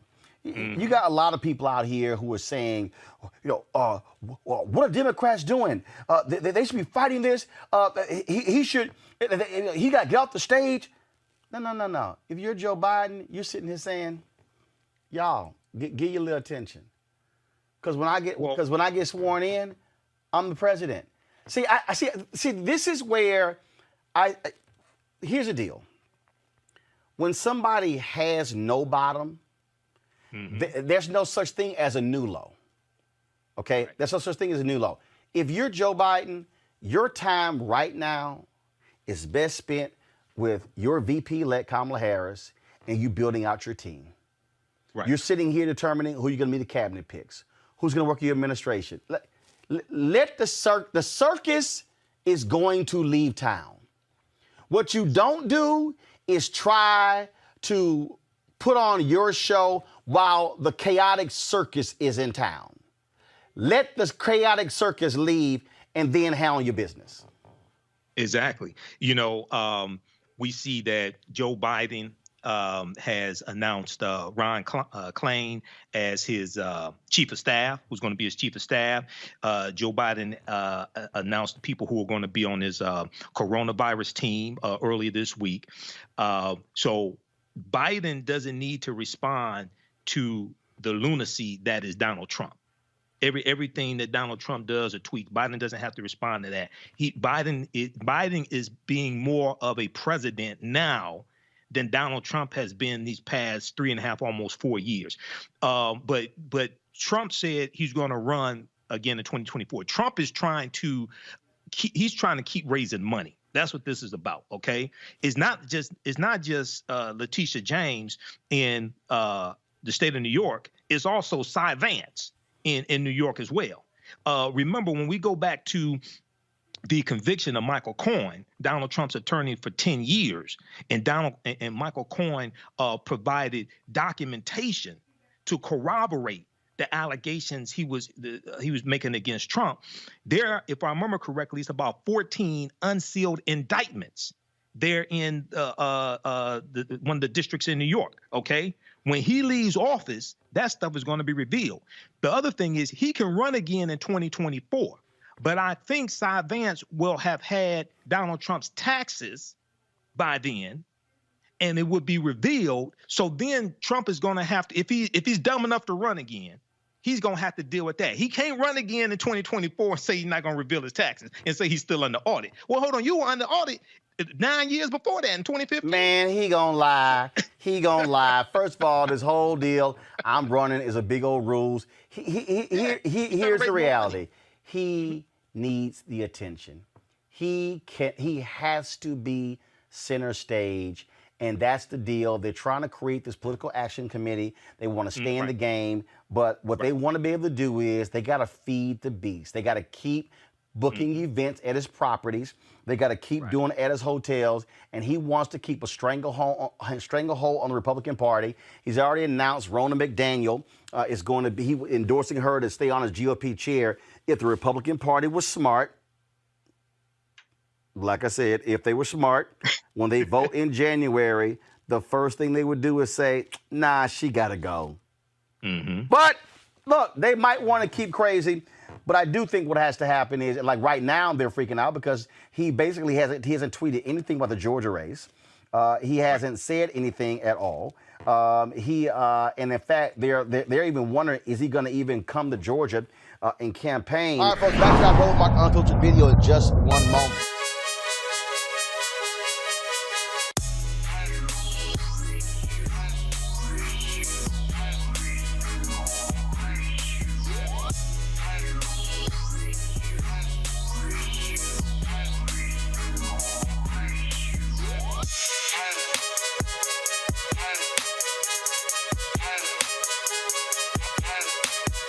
All right, folks, this is the Ceek.com virtual reality headset. What happens is you just pop your phone right into here, and then when you close it up, you can actually look at the content on Ceek.com, their VR content, or you can look at other 360-degree video that puts you right into the room. So, like, literally, you can just be looking all over. And so, Mary Spio is the founder of the company. She's the innovator behind this, a black woman, sister from Ghana.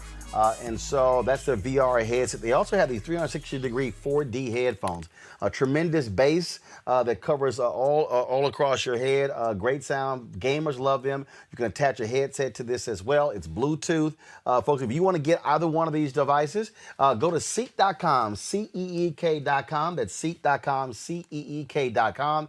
Use the promo code RMVIP2020. RMVIP2020, and check that out. And so we certainly appreciate them being partners with us here at Roland Martin Unfiltered, where we, of course, support black-owned businesses like Ceek.com. And also go to their site. You can also subscribe to their monthly content. That's right there on Ceek.com. You want to support Roland Martin Unfiltered? Be sure to join our Bring the Funk fan club. Every dollar that you give to us supports our daily digital show. There's only one daily digital show out here that keeps it black and keep it real as Roland Martin Unfiltered. Support the Roland Martin Unfiltered Daily Digital Show by going to RolandMartinUnfiltered.com. You can make this possible. Sadistic, crazy, and out of their minds. There's no other way to describe Republicans who are fighting for Donald Trump. In Wayne County, Michigan, where Detroit is, talk about bizarre. Monica Palmer and William Hartman, the two Republicans on the board of canvassers, there are four, claimed and signed affidavits yesterday that they were bullied into siding with Democrats and have now rescinded their votes to certify the election. Here's the problem with that. You already voted, it was unanimous. And then Michigan, they're going to certify the results on Monday. Now we find out that the reason they rescinded, because they got a phone call from Donald Trump.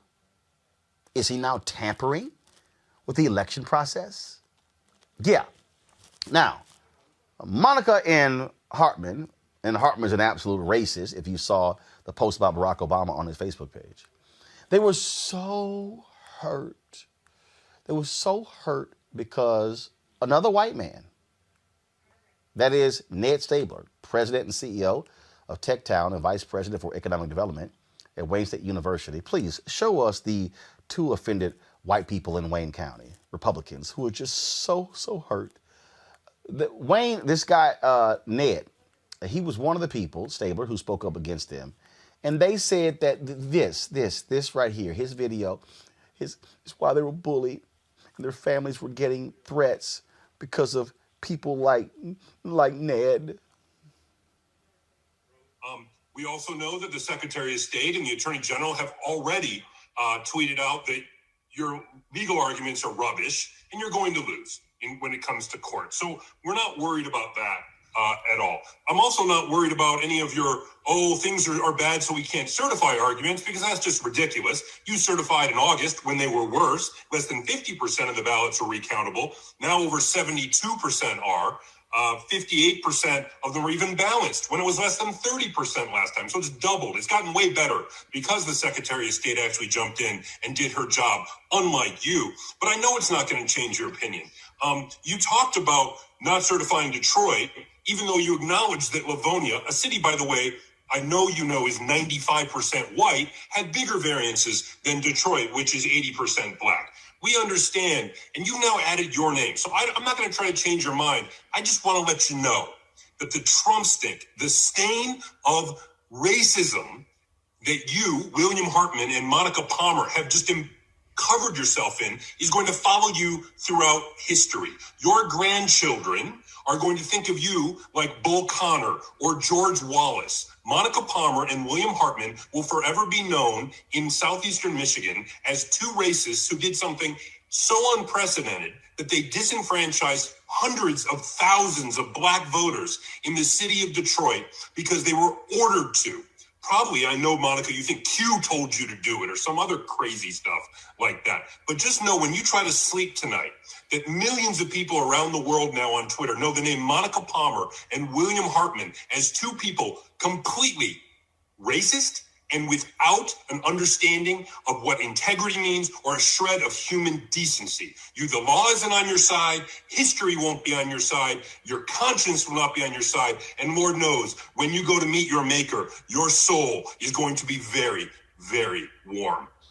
So, according to the Detroit Free Press, Monica Palmer told them that her family had received multiple threats. The threats have been made against myself, my daughter, and my husband. Reports have been filed with Grosse Pointe Woods Police and the FBI.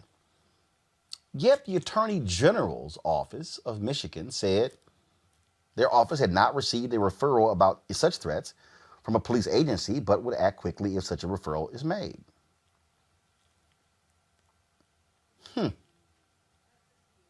They signed these affidavits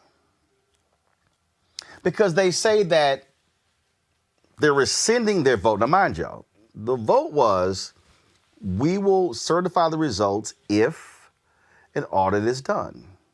That was the agreement. They now say, we rescind it because we don't think the audit is going to be done. That actually makes no sense. Joining us right now is Jonathan Kinlock. He is vice chair of the Wayne County Board of Canvassers for an update on this one. Wayne, first of all, Jonathan, this is really stuck on stupid. I mean, this whole deal of, oh, we got doxxed and we were harassed. Wasn't that a public hearing? Which means that a public hearing means you hear from the public. That's the absolute correct characterization of where we were in the agenda. We were receiving public comment, and this came after. We're talking about after Monica Palmer had was pretty much asked if we would consider a motion to certify the election and not include the city of Detroit votes. So when we went to public comment, folks were outraged. And again, listen, hold on. Let's start right there. She had no problem certifying all results in Wayne County except Detroit. That's correct. Except Detroit. Go ahead. Except Detroit. And you have to realize that, just understand the backdrop of this. You had every day since the election, the Trump campaign has been filing lawsuits. And in those lawsuits, they have been targeting the voters in Detroit, period. And then for her to be an officer on this board to have asked, it wasn't something that is normally done. She asked for us to consider, asked if we would consider certifying without Detroit, in which I was outraged. And it was unacceptable for her, and it was totally disrespectful for her to even let that roll off of her tongue.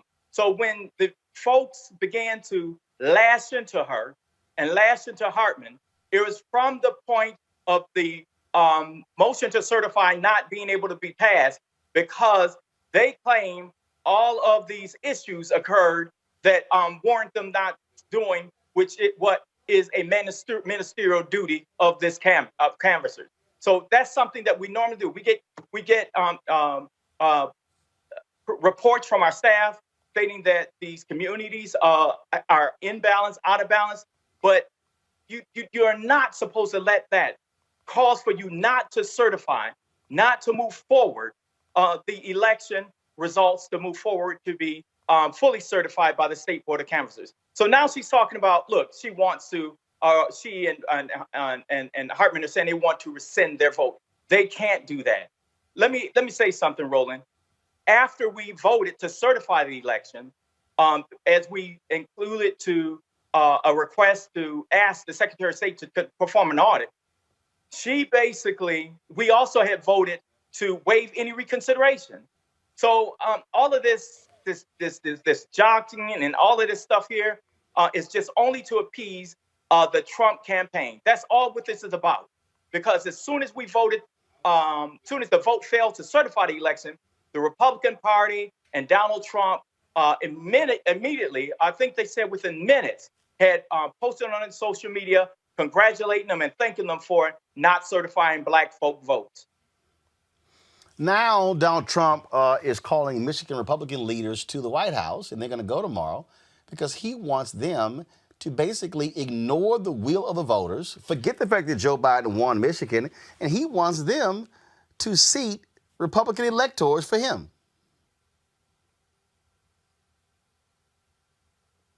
Jonathan there? I think Jonathan froze on us. Let me know if we get Jonathan back because he froze on us. I gotta bring in Erica Savage Wilson, host Savage Politics Podcast, Dr. Greg Carr, chair, Department of Afro-American Studies, Howard University, Reese Colbert, Black Women Views. Let me know when we have Jonathan back. These racists, Greg, are showing us exactly who they are. They're targeting black people. It's undeniable. And what you also have is you have black Republicans who have no courage whatsoever, no guts, don't give a damn about black people, silent. Republican Party's apparatus, silent. We're going to get to a little bit in a minute, that crazy, I'm talking about ridiculous news conference that was, if it wasn't so serious when it comes to democracy, you would have thought that crap was an SNL skit. But that's what we're dealing with. We are dealing with an absolutely out of control, deranged man who is scared to death because he knows what's coming, Tish James. You know, he knows what's coming, Roland. I mean, it is remarkable, isn't it? This experiment we call America, that is not guaranteed to continue. These people have abandoned all pretense. Mike Shirkey, who is leader of the Michigan Senate Republican, is coming here to Washington, D.C. to meet with Donald Trump. They're not even pretending anymore. I mean, it was remarkable to me that 95% of the vote in Detroit went to Biden, and maybe about 70% of the vote in the larger county, of course. But the local board of canvassers, they're trying to hold this up, and the state board of canvassers meets on Monday.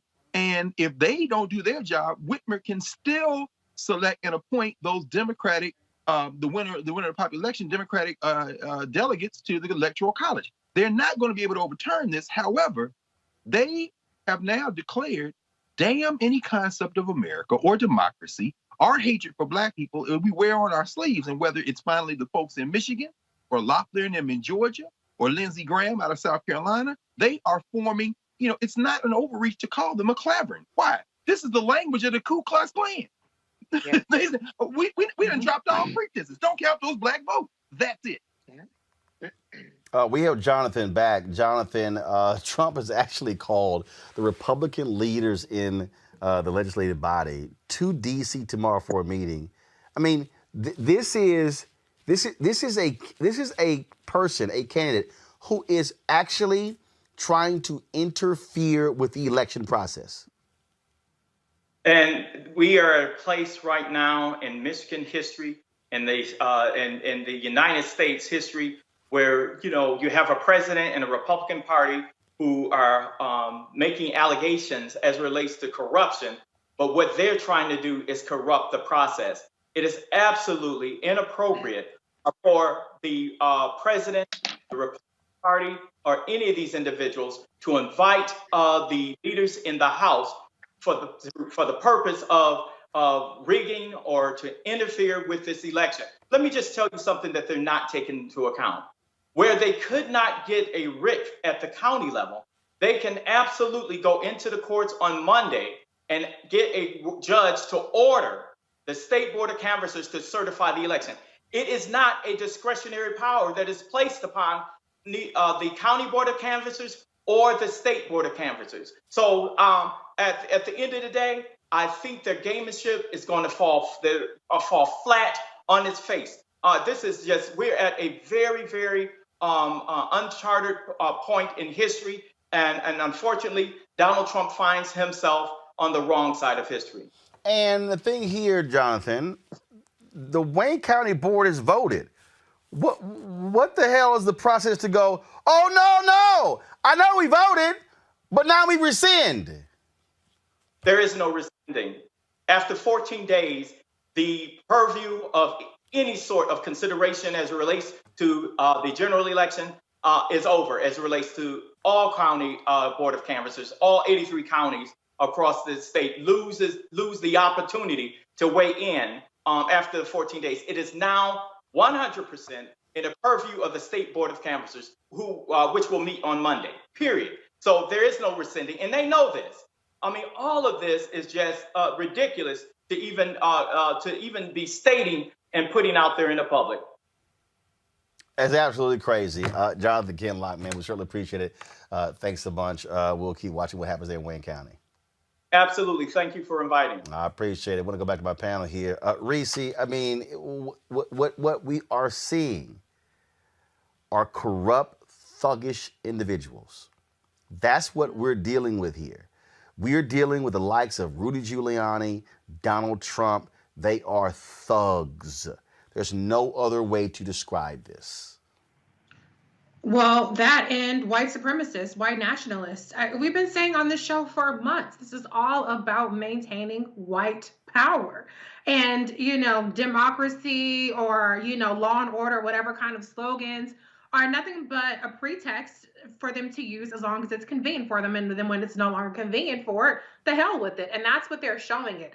This is all theatrics, but for our sake, it's wonderful that we have gotten out of cheating distance, because what this has made abundantly clear is that if this were within cheating distance, we would have a constitutional crisis on our hands right now when the illegitimate president of the United States is obstructing an election tampering. That would be a crisis in terms of this country. For now, we can take it for what it is, which is theatrics, and it's transparently racist tactics. But what I'm hoping, especially Black people out there, are seeing is, number one, your vote matters. Number two, that we have to vote for our own survival in numbers that are not enough just to be the status quo. We have to vote in record turnout just for our own survival.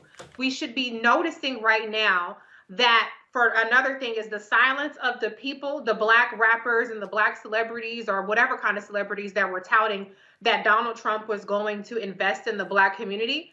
Donald Trump is perpetuating the notion that Black people are not full citizens within this country by laser-like targeting of our votes. He's unsuccessful, but we should take note of it, and we should take note of the people who are conspiring with him, which is the entire Republican Party. The people who have not spoken out, the Republicans, are cowards, and they're co-conspirators, and they're complicit. We should be taking note of that. And so in the upcoming Georgia election, we understand and we need to vote like our lives depend on it, because Trump is going to be gone, but Mitch McConnell is going to be there. These same corrupt cowards are going to be there. But one thing that Republicans boss up and have the balls to do is obstruct any and everything that helps this country, any and everything that the Democrats do. They grow a pair when it comes to doing that. So we have to do everything in our power to make sure that Mitch McConnell is not the majority leader after the Georgia elections on January 5th. What we are seeing here, Erica, is, first of all, if you're Black and if you were confused as to whether or not your vote mattered, this right here says it all. They are desperate. They are targeting Black voters, Black people. That's who they're targeting, pure and simple. And so if you Black and you think your vote don't matter, boo, they ain't fighting that hard if your vote didn't matter. Absolutely, Roland. And then to think that they are doing this as 251,000 bodies lay dead from coronavirus, and that the Senate has essentially left D.C. Until November the 30th for recess without passing any type of stimulus package to help those very same groups of people. I also believe that this is actually serving as a wake-up call for, again, as Reese said, we've been talking about this for months, for people to understand that you have to engage your electors. You have to be an engaged citizen. And what does that look like? What does that mean? I'm in Georgia, so guess what I'm going to be doing this weekend? I'm going to be talking to rural voters because 600,000 secured ballots have deployed from the state of Georgia, and that's how Georgia was able to secure that 65% of that Biden-Harris coalition to push him over for and flip Georgia blue, essentially. But there's still people that during this runoff election need to continue to be enthused, that they need to be engaged and understand that the process for what they did in the general election starts over essentially again for Georgians as we enter into this all-important Senate election where we would have our Madam Vice President-elect casting tie-breaking votes. So, again, looking at Republicans, they're not trying to engage Black people to bring them into the party. They're only engaging Black people to use them as puppets and as partners, as accomplices to white, as I'm now calling it, white arrogance. They are not interested in pushing a coalition together to help build, to help ensure that people are taken care of. They're interested in very much so engaged in white apartheid. And so people have to understand that these are the things that can happen if, in fact, we relinquish our authority as citizens, the privilege that we have to vote, what we have to do as partners to make sure that people around us to our left and our right and engage our vote and that we have to show up, if that's every year, if that's every 2 years, if it's every 4 years, whatever that looks like in your local municipality, you have the responsibility to engage to ensure that these fractures, these fissures that do keep our democracy together aren't completely broken. Folks, back to our Roland Martin Unfiltered video in just one.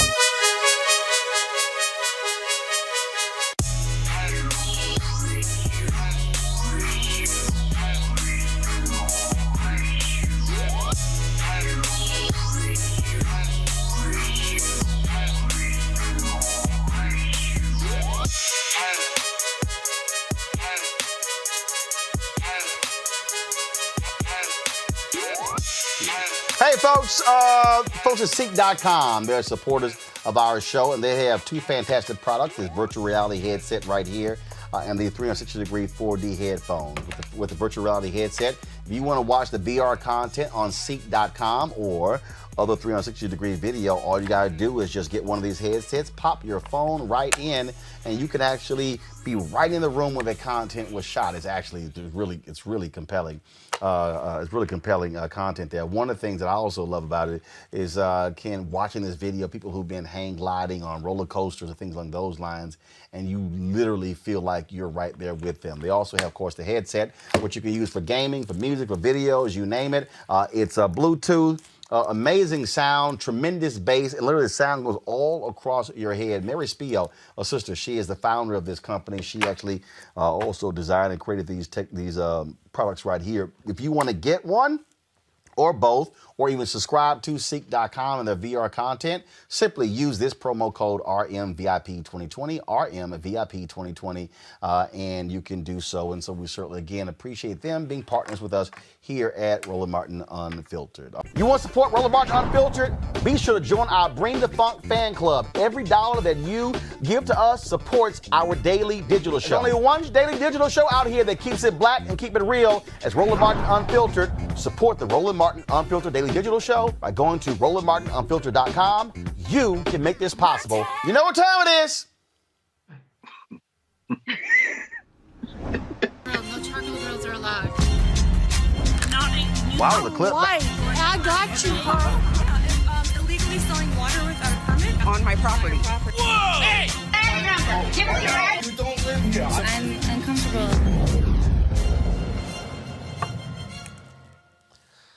Autumn Tillman, San Francisco, says her neighbor has been spouting racist rants in the building's hallway for years. She finally decided to confront him, and lucky for us, she captured all on video.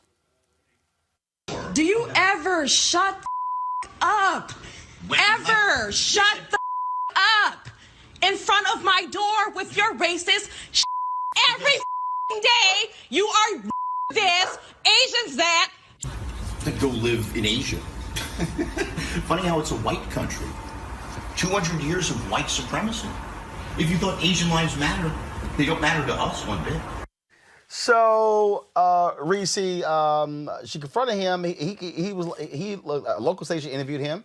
He made it clear, hey, we should only look at white. I only care about men. I don't care about Asians, black people. I mean, that's the whole deal there. To me, if you're the building, you boot somebody like that out. I mean, this is an unrepentant bigot. And why not be? It's Trump's America for now. So what's the point of even hiding? Come on out. Wave that flag. Wave that white supremacist flag so everybody can see it. What's going to happen? I mean, you know, for a while there, we had a decent run with people going viral and, oh, this person lost their job and then they passed the Karen Act or whatever else in some places. But what's stopping them? You can't reason with these people. This is what they believe. Look, I mean, this is a liberal San Francisco, Erica. Ooh, child, liberal, progressive, all these cute terms. These folks are white. Okay, the beginning and end of the day, they are absolutely white. They relish in their whiteness. They are 1,000% white. I don't care if they marry somebody black. I don't care if their best friend is black. These folks are white. And I'm with Reese. Let your freak flag fly. Let everybody see who you are. Because, you know, at some time in the very near future, you will be the minority. And I'm wanting to see how bold that they are going to be when that time arrives. But for, the time being, this is just par for the course. And this is nothing that it definitely is surprising to Black folks.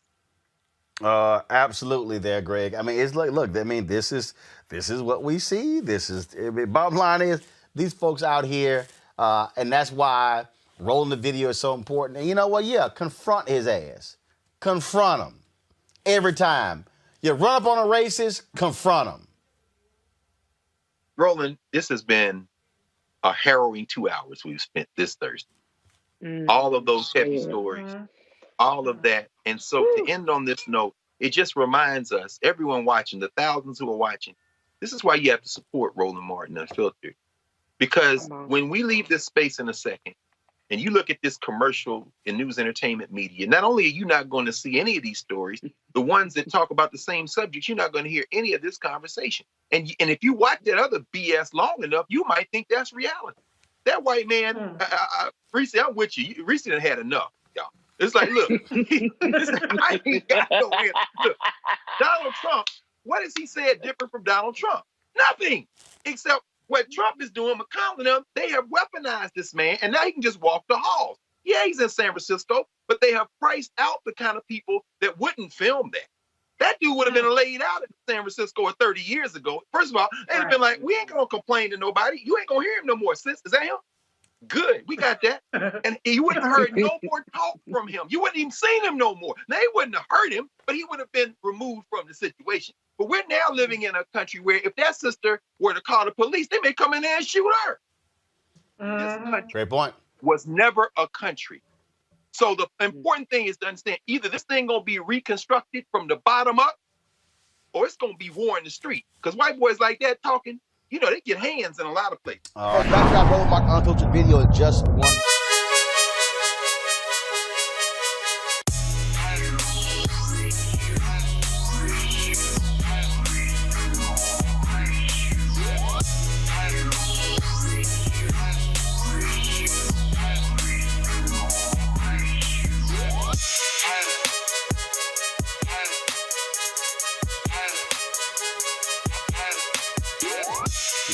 Hey, folks at Ceek.com, they're supporters of our show, and they have two fantastic products, this virtual reality headset right here, and the 360-degree 4D headphones. With the virtual reality headset, if you want to watch the VR content on Ceek.com or other 360-degree video, all you gotta do is just get one of these headsets, pop your phone right in, and you can actually be right in the room where the content was shot. It's really compelling. It's really compelling content there. One of the things that I also love about it is, watching this video, people who've been hang gliding on roller coasters and things along those lines, and you literally feel like you're right there with them. They also have, of course, the headset, which you can use for gaming, for music, for videos, you name it. It's Bluetooth. Amazing sound, tremendous bass, and literally the sound goes all across your head. Mary Spio, a sister, she is the founder of this company. She actually also designed and created these products right here. If you want to get one or both, or even subscribe to Ceek.com and their VR content, simply use this promo code RMVIP2020, RMVIP2020, and you can do so. And so we certainly, again, appreciate them being partners with us here at Roland Martin Unfiltered. You want to support Roland Martin Unfiltered? Be sure to join our Bring the Funk fan club. Every dollar that you give to us supports our daily digital show. There's only one daily digital show out here that keeps it black and keep it real as Roland Martin Unfiltered. Support the Roland Martin Unfiltered daily digital show by going to RolandMartinUnfiltered.com. You can make this possible. This is utterly ridiculous. This is a clear targeting of black people. That's absolutely correct. It was astounding that someone who would even be able to curve their mouth to say, let's certify this election, excluding the votes in the city of Detroit. Let me just say this. Under Michigan election law, an out-of-balance precinct is not reason enough not to certify an election. Our job is to certify what isn't. If we find some precincts that are out of balance, we're able to put them in a report and along with the certification. It was just amazing to hear the public during the public comment portion of the meeting basically educate my fellow board members on the importance of voting and the impact of what they were doing. I clearly did not expect when we started the meeting that these board members would cave into the pressures that I know that they have been dealing with over the past week. You had lawsuits after lawsuits filed every morning in the city of Detroit since the election because Donald J. Trump cannot accept the fact that the people of America has put his reign of terror to an end. The thing here, again, the brazen attempt, Reverend Anthony, to discredit black voters. This is not just in Detroit. Donald Trump and his minions and Rudy Giuliani and all his thugs and their imps talking about voter fraud in Philadelphia. What does that mean? Black people. Today, the Trump folks, they filed a partial recount in Wisconsin. One, they can't afford to pay for the full recount. It will cost $9 to $10 million. So now they want to do a partial recount. Where? Milwaukee and Dane County, where 75% of all black people in Wisconsin lived. This is a direct attack on blackness by Republicans. I couldn't agree with you more, Roland. It is a nefarious, treacherous, corrupt assault on the African-American vote. When you look at where they are trying to purge and squeeze the vote out, it is in black cities. You named them: Philadelphia, Milwaukee, Detroit, Atlanta. All of these are areas where black people have flourished and are casting their ballots to vote. And the interesting thing about this is that they're not saying stop the vote, discredit the vote, where they are winning and have won. They're saying where they have not won and are losing. It is a solution in search of a problem. It is the worst example of gangsterism. And that's what I called it. It's a gangster move. It's a thug move. Donald Trump makes Al Capone look like a choir boy. When you look at the kind of strategic alliances that they have built, if we were in another country, Roland, we would call this a political coup. That's what it would be. You have the top military people being discharged. You have the head of the elections cyber security commission being fired. You have the head of the national security team being fired. You have the head of the post office slowing down the mailing system. You have long lines of 13 hours in black precincts around the country being extended. You have gerrymandering going on in black communities. You have a president who is refusing to acknowledge the oncoming administration and saying, I will not leave unless I'm declared the winner. If it looks like a coup, smells like a coup, operates like a coup, then my God, it must be a coup, a political one. And the reality is that black folk have fought too long, suffered too much to be turned back now. What we saw in Wayne County last night, and I want to thank Jonathan and his colleagues for standing strong. What we saw was the onslaught of the people who said, hell no, this won't go. The people stood up and articulated their concern. They did not charge the folk outside of Detroit who had more issues than the city of Detroit with needing a recount or needing an audit. They only wanted to deal with the city of Detroit. If that's not blatant racism, if that's not a nefarious attempt to disenfranchise a segment of the population, I don't know what is. One of the members of the team of canvassers has on his Facebook page, William Hartman, pictures of former President Barack Obama. He is portrayed as a thief, as a Muslim, and nothing is wrong with being Muslim. He is being portrayed as a pirate in a very dehumanizing and disrespectful manner. So if that's the way the guy thinks privately, you know what he's going to be doing publicly when it comes to giving and accounting the vote. But let me say this. No matter what they do or how they try to cheat on the gate of reduced to vote. On January the 20th, 2021, at around 12 o'clock noon, a man is going to take his left hand and put it on the Bible and take his right hand and put it in the air. And his name is Joseph R. Biden. He'll be sworn in as the 46th president of the United States, and for the first time in our nation's history, a sister who was an AKA, who went to Howard University, will be sworn in as the first African-American woman vice president of these United States of America. Now run and tell that somebody. Jonathan, I'm sitting here looking at, go to my iPad, folks. This is a thread by someone. They said, wait until you hear how William Hartman told the Zoom participants that he was picking white people to speak because he didn't know how to pronounce other people's names. Now that he got called out more than once for it, he keeps making people who aren't white pronounce their names. He's just been told this is still being live streamed on Facebook. Now he's being told off for lowering people's hands on Zoom instead of letting them speak. And Monica left and isn't even listening to them more. They've muted themselves. I mean, these people, Jonathan, have just no regard for the voters. They have complete disregard for black people, and for Monica to actually say, "Oh yeah, we'll certify it as long as we can keep Detroit out." What?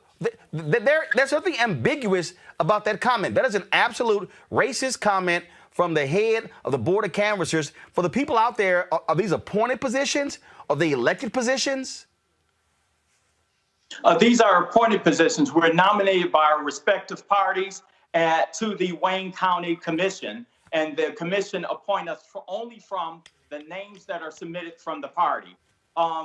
These individuals, it just, like I said, it was astounding to see them in action. But you got to understand, and you know this as a black man, that white folks don't understand the journey that we have taken in this country to be able to obtain the right to vote. And so I had to call her away from the meeting to basically explain to her what you did. We got to correct this. We have to correct this. It is our duty to not put out into the public, put out into the world that we in this county and this board are comfortable with just have a total disregard for 800 and some odd thousand votes. I mean, it made no sense for them to have voted initially to not certify this election. But let me tell you this: the people stood up. The people showed brought shame on the actions of the board. And from what I understand, they are continuing even unto this day, contacting these board members, showing their outrage. No. Let me just tell you, they are still going to have to respond to a number of stakeholders in our community. So yes, the action was corrected on yesterday. Yes, I got to recognize them for even listening to the comments and changing that vote. Because I'm gonna tell you something. It would have been a horrible page in history for us to go on record as to have a total disregard and disenfranchisement of 800 and some odd thousand votes. But more specifically, we know Donald Trump is targeting black communities, but more especially black Detroit. That was what that was about. But Roland, that is why it is so important for us to stay in the case. This is not over until the 23rd of next month, next week, when it is certified by the full state. That's why people must remain vigilant. That's why we got to stay on the case. That's why it has to be monitored. You mentioned the name calling. Wendell Anthony is a very simple name for people to call and pronounce. Ain't nothing difficult about that. No. My mama made it real simple. And you can see me very clearly. I know I'm a dark chocolate, but I sit under a light. But had not I been called out, then they would not have recognized me. But I had to be called out. Wendell Anthony is on the line. He has to speak. And I was determined to speak, as well as many other people. So I'm simply saying it shows the power of the people. It showed the power of those who are determined to stand up in the likes of a Fannie Lou and a John Lewis, who said that the vote is the most precious thing that we have as a nonviolent weapon. It's almost sacred. It says that we did not come this far for history to be turned back. It says that we must continue not only to stand in line, but to be in line, to make sure that once we exercise the franchise, we must guard it and monitor it. That's why the Voting Rights Act has to be fully implemented. That's why we need a new administration. That's why the voting and the necessity for programs such as yours to get out the information to the people is critical for such a time as this. We ain't going back. I say it all the time. I ain't going back to the plantation. I've come off. I ain't going back. Before I'd be a slave again, I'd be dead and be buried in my grave and go on home to my God and be free. I ain't ready to go home yet. So therefore, I'm going to keep fighting the good fight. And I encourage everybody else to do the same thing. Well, we certainly think that y'all on the front lines. Jonathan, certainly let us know if there are going to be people moving against these two, trying to get them removed from this board of canvassers because their actions here are certainly despicable and they need to be replaced. And the Republicans in Wayne County definitely should be put on blast and called out for standing with these two at all times. We appreciate it. Thanks a lot. Thank you. Folks, back to our Roland Martin Unfiltered video in just one.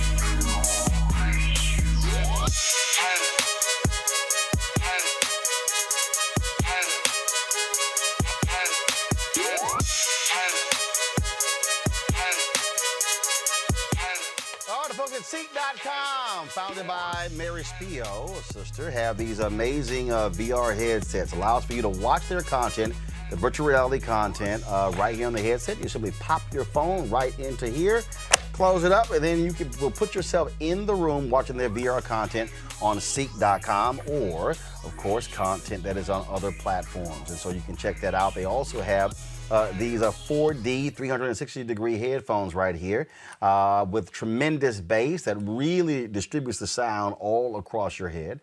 It's great. You can attach a headset to it, so you can actually use it for gaming and playing with free hands. There's Bluetooth as well. So all of these, get one of these items, or you can subscribe to the content at Ceek.com by going to Ceek.com using this promo code. It's RMVIP2020, RMVIP2020. These, of course, could be some great headphones coming up for birthdays, Christmas, you name it. And so if you want to do that, just go use the promo code right here, RMVIP2020, RMVIP2020, by going to Ceek.com. And we certainly appreciate them being a partner here with Roland Martin Unfiltered.